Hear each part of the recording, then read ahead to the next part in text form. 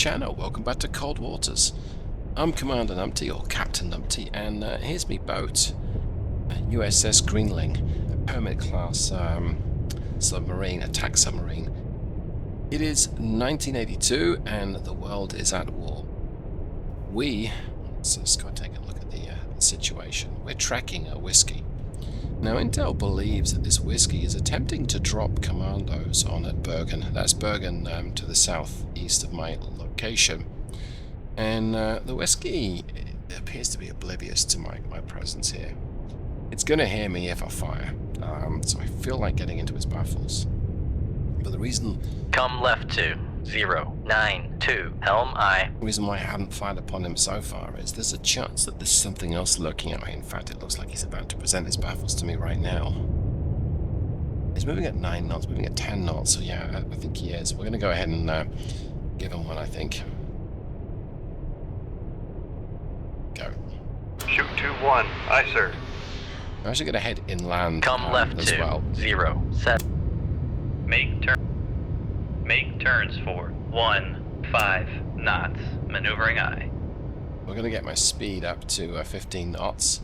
It's the fastest that we can travel whilst maintaining a wire. Con maneuvering. Making turns for 15 knots. I would rather not use this merchant above me as bait. Now, here's what might happen. But what we're going to do is try and get the torpedo further out to the west. So the whiskey will counterfire in the direction of the torpedo and hopefully not the merchant or myself. See how well this works. Managed to keep the torpedo right behind him. We're doing 15 knots. He's deaf. He's not going to hear us. At least not right now. And the whiskey, it's an old boat. It has much poorer quality weapons. They're set 65s, I believe. I should check. Yeah, they are. 880 yard range. They're not as lethal as some of the any of the more modern ones, but a whiskey with a set 65 could still potentially sink a Seawolf. You'd have to be a bit unlucky, but it could still do it. And so we're going to be a little cautious around this. If there's another vessel around here, it's got every chance of detecting me, especially now I'm running at 15 knots. But the whiskey hasn't, and nothing else has opened up on me. And he's heading towards Bergen now. Alright, let's accelerate time for just a few seconds here. I'm going to start to dogleg the torpedo around.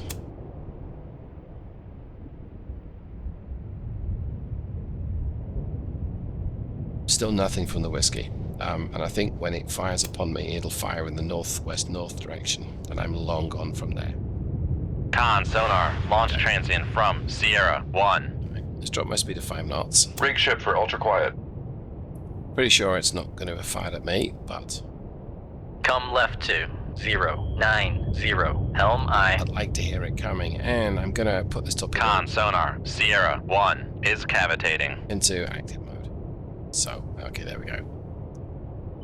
He's making a ton of noise now. Yeah, he's fired upon my approaching torpedo. And he's actually turning into the torpedo. Maybe he's trying to notch it, I'm not sure. So, that torpedo is still a distance off. That's a mod 1. Con, helm, steady course. Con sonar, noisemaker bearing 172. It's the view from the mod 1 Mark 48 heading towards the whiskey. It looks like he's pushing for the surface. We're going to get very close to this approaching set 65. Actually going to collide with it. Not quite, but that's pretty close. Con, fire control, weapon acquired. No weapons acquired then. Okay. This is not a foregone conclusion that it's going to work, but I'm going to make this torpedo active sonar, like so. Just push 1 on the keyboard there, not the num keypad, on the normal keyboard. And that's going to ping this guy, so he's going to panic, and he hopefully will get to the surface and get his crew off, because he's about to eat one of these, and it's not going to be pretty.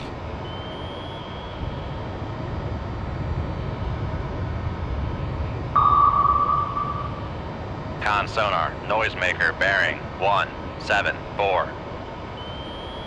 think I will sky the torpedo around this noisemaker here. Let's switch back to my boat. There we are. Con, fire control, weapon acquired. Yeah, I'm going to let the torpedo just figure out where the whiskey is. Whilst we're watching this from this standoff perspective, I think a few words about the logistics that I'm trying to do for Con, this, fire control, weapon acquired. with this campaign. So, if we see here on my weapon panel, I've got 3 types of torpedo and 1 type of missile. They're all Mark 48s. We've got the Mod 1s, the Mod 0s, and the Mod 3s. Now, information about the Mark 48s is, well, it's out there, but there's multiple different things say different. It's hard to say what is really the case or not. Let's just watch this engagement.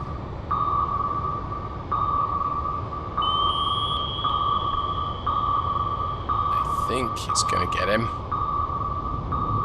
Con sonar lost contact. Sierra 1. Last bearing 177. Contact breaking up. Not a pleasant way to go.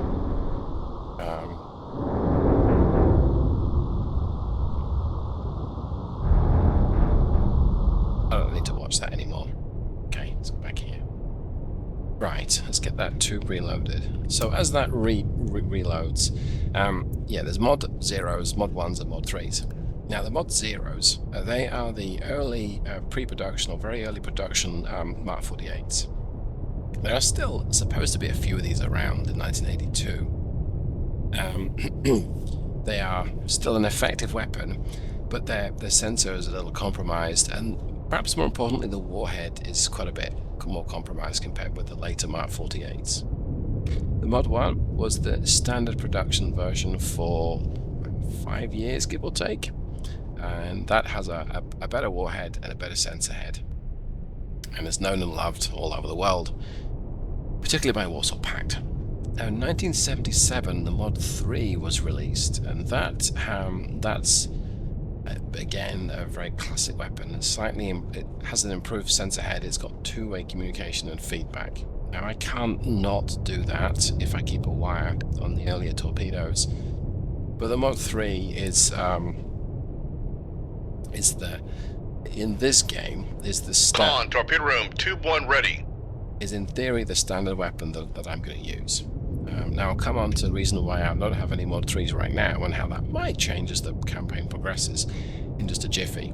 Now there are also Mod 4s. Mod 4 is it's just been released in 81-82, still being deployed. Now the Greenling's last refit was, I believe, 78.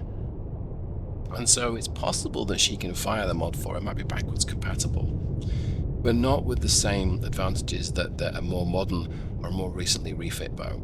So for the purposes of the campaign, I'm not going to be using Mod 4s, or if I am, they're going to be showing as Mod 3s. I don't want to have another 42 different weapon types showing in this panel here. 4 is enough. 5 or 6 can fit, but more than that, it gets a bit messy.